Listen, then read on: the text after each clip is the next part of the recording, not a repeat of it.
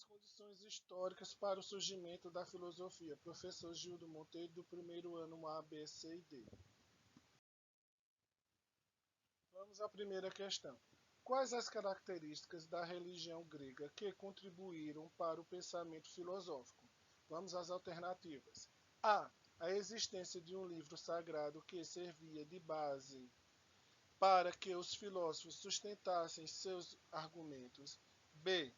A concepção da existência humana a partir da oposição entre corpo e alma. C.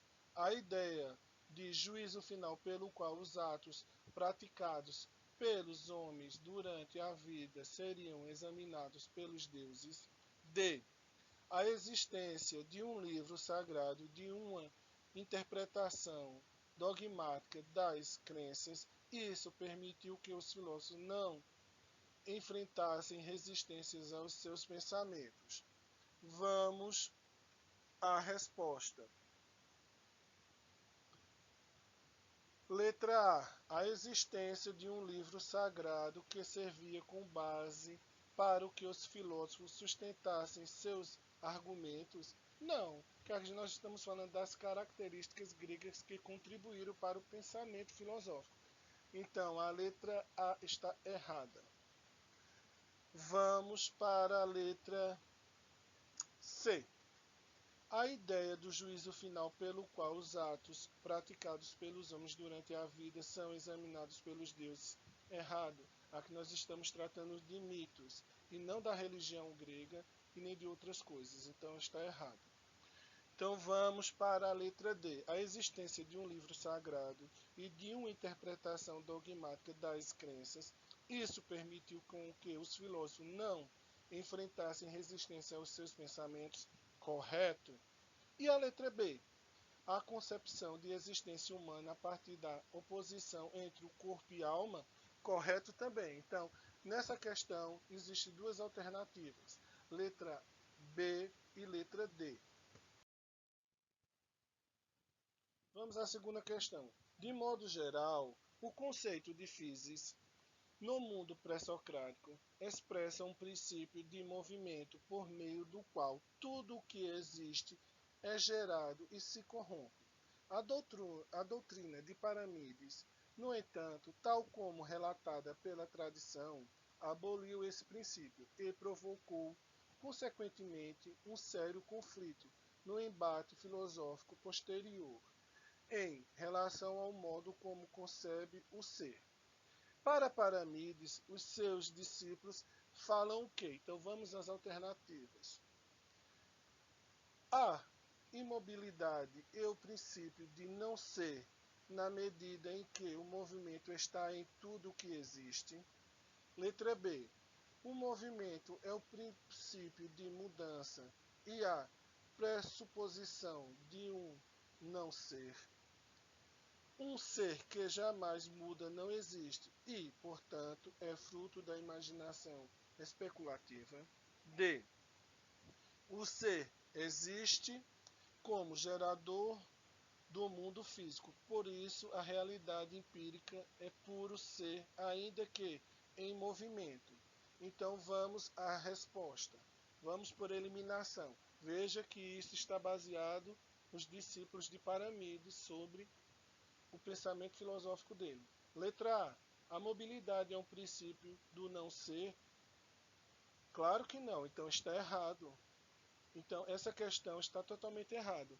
Que na medida que o movimento está em tudo que existe. Então veja, se a mobilidade é um princípio do não ser, onde é que está a coerência aí? Então a letra A está errada. Vamos à letra D. O ser existe como gerador do mundo físico, por isso a realidade empírica é puro ser, e ainda que em movimento, errado, porque o ser existe como gerador do mundo, o ser faz parte do mundo.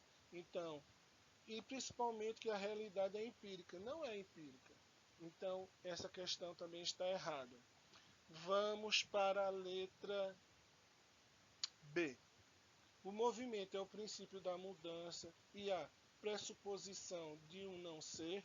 Errado, porque todos temos um movimento e um princípio.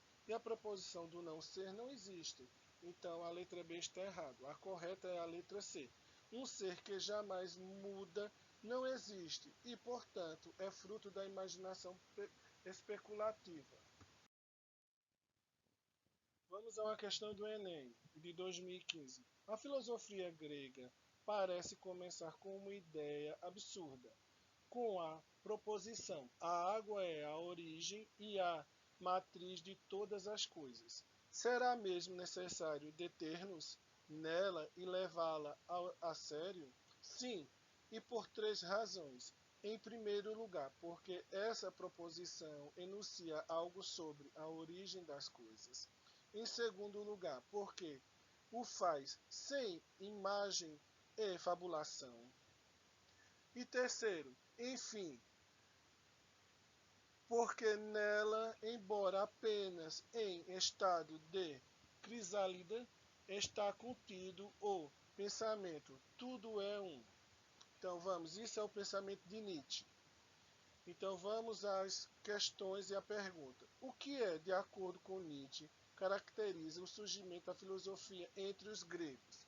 Letra A. O impulso para transformar, mediante justificativas, os elementos sensíveis em verdades racionais. Letra B. O desejo de explicar, usando métodos metafóricas e a origem dos seres e das coisas. Letra C. A necessidade de busca de forma racional a causa primeira das coisas existentes. Letra D. A ambição de expor de maneira metódica as diferenças entre as coisas. Letra E. A tentativa de justificar a partir de elementos empíricos o que existe no real. Então vamos por eliminação. Veja que a pergunta tem 3 explicações para o que ele está falando. Então a resposta fica mais clara se você ler com calma e com cuidado. Então vamos por eliminação. Letra A. O impulso para transformar mediante justificativos elementos sensíveis em verdades racionais? Não, eles não tiveram impulso. Eles estão afirmando que, de acordo de um ponto, eles acreditam nisso. Vamos para a letra D. A ambição de expor de maneira metódica as diferenças entre as coisas? Não, eles não estão expondo diferença entre as coisas. Então, essa ambição não existe nessa pergunta. Então, a letra D está errada. Vamos para a letra E. A tentativa de justificar a partir de elementos empíricos o que existe na real? Não. Eles estão falando uma coisa que existe e tem uma explicação. Então vamos para a letra C. A necessidade de buscar de forma racional a causa primeiro das coisas existentes? Errado. A necessidade de buscar de forma racional coisas de primeira não existe. Então a resposta correta é a letra B. O desejo de explicar, usando metáforas, a origem dos seres e das coisas. Veja que eles estão procurando explicar a origem dos seres e das coisas a partir de um ponto que eles usaram a água, que é uma metáfora.